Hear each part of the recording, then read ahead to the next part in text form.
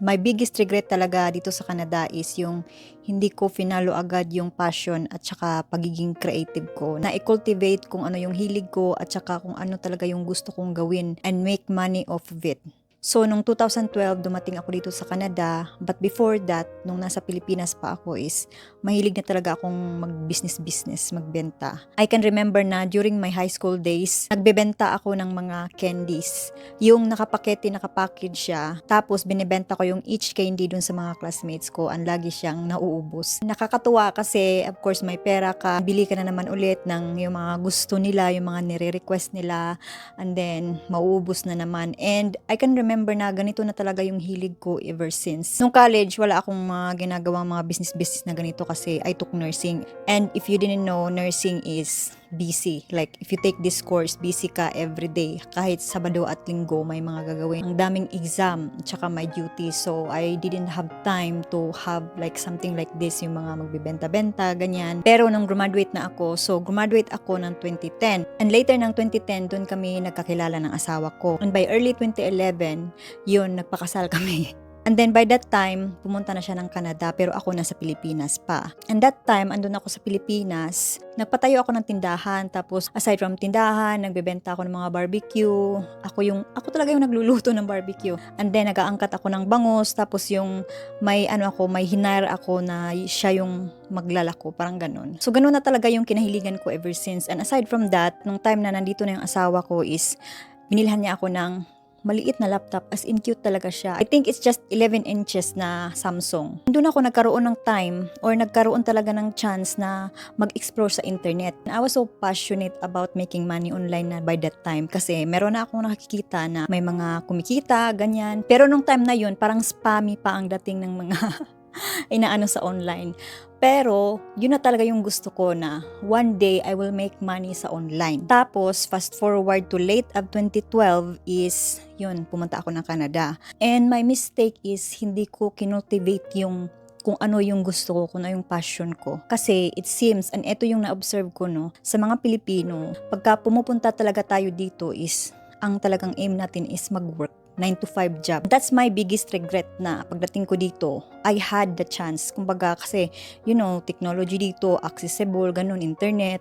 But wala sa utak namin yung ganun eh. Sayang nga eh. Sabi ng asawa ko, sayang. Sana nag-focus ka dun. Ako ang nagtatrabaho, focus ka dun para yung plan natin is nagsimula na sana years ago. So by this time na nag-usap kami ng ganun is yung na-realize na namin what we really want a few years from now. So like in the near future, ano talaga yung plano namin. Pero destiny talaga siguro na it's meant to be na mangyari yung ganito by this time of your life. So I started like talagang nagkaroon ako ng time na mag-explore sa internet and then continue my passion. In-improve ko yung passion ko yung sa handmade na side. So yun, pagdating ko ng Canada, yung parang aim lang namin is yung ma-upgrade ko yung license ko. Ay, yung parang magkaroon ako ng license dito to work as a nurse.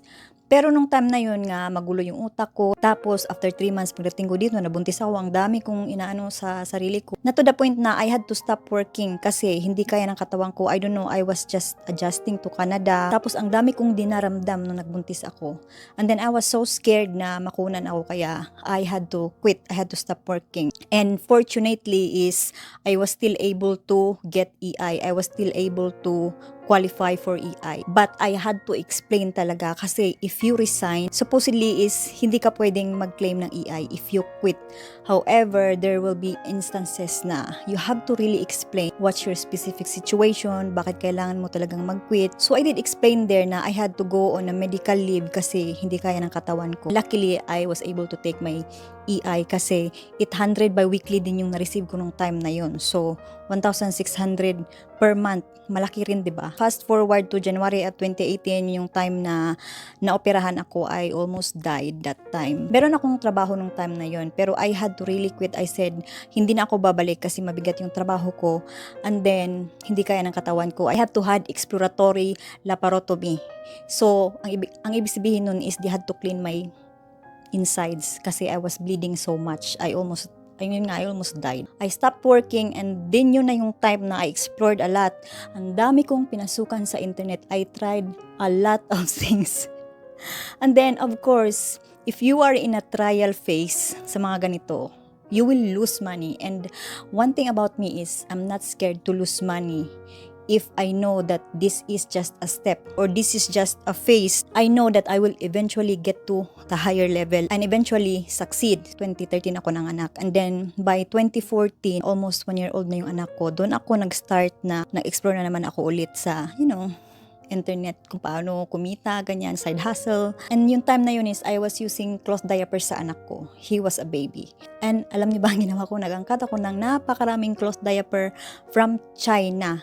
And then, binenta ko dito. Part kasi ako ng group ng mga mommies na obsessed din sa cloth diaper. And then I sold my diapers there, and then I also sold it on eBay. And then after nun, hindi pa rin namin ma-decide na yun na yung gusto namin, na yung sa akin na yun na yung gawin ko. Na kumbaga, I will be a self-employed, na hindi na ako magtatrabaho ng 9 to 5 na ma-employer. So by this time I had a baby, I was still looking for answers on how to be a nurse in Canada. Nung time na yun talagang hindi ko talaga mag-grasp kung paano, kasi there was no like clear info talaga, na wala pang masyado ding mga nurse na nagsishare. Parang it was really blurry kung ano talaga yung steps. Like step by step process talaga para magkaroon ako ng license dito as a nurse. So ayun, let's go back to 2020 when the pandemic happens. And then nung pandemic, 'di ba, the masks were really in demand. Since 2015, nagtatahi na ako ng mga kung ano-ano, and then I sell it online. So I sell it on Facebook groups, ganon, mga marketplaces. But by this time, yun lang,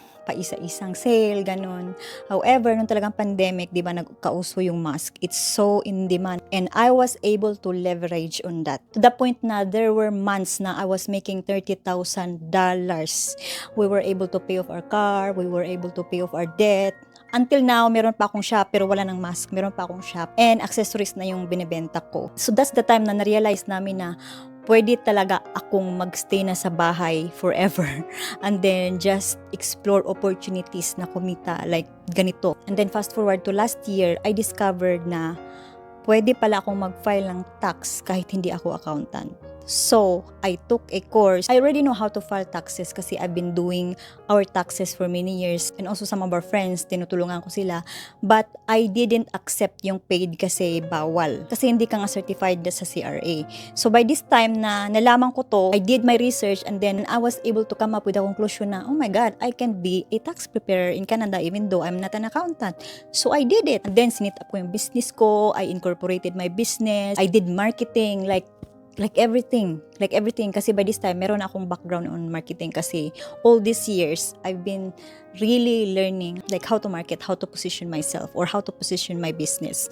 That's why last February, like last tax return season, 2023 tax year, this year siya, ginawa is, meron ako mga clients. And marami akong sinet up na it will really make my workflow smooth. So thankful na all these years, I was learning a lot, and then I'm not scared to learn things in the internet. Kaya I was able to set up something na nagamit ko siya para hindi ako mahirapan kahit ako lang mag-isa. And then of course, para yung data is secure. So importante yun when you file taxes. You have to consider the safety and security of your client's data. So for those wondering, ano ba yung trabaho mo? Yun ang trabaho ko. Although I regretted na hindi ko agad tinahak yung path na dito sa online, sa side hustle, being self-employed, staying at home. I'm still thankful kasi I'm still able to do it. Then I've been staying at home for many years now na I was able to take care of my son. Like hands-on talaga, ako talaga. Like everyday, ako talaga yung drop off and pick up from school. And for that, my husband is also able to focus on his work. He doesn't have to think about, whatever else. Kasi I'm taking care of it. So that's our dynamics right now. And I'm just sharing that because I know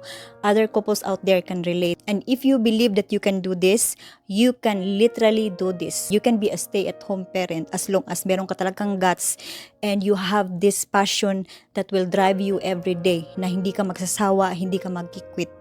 I hope this video inspire you one way or another, and make you realize na pwede palang kumita sa bahay lang kahit na nandito sa Canada. I have one video na I made previously as well about being a stay-at-home mom. Is right here. And if you would like to watch this video, just click this box right here. And I'll see you guys again on my next one. Maraming salamat.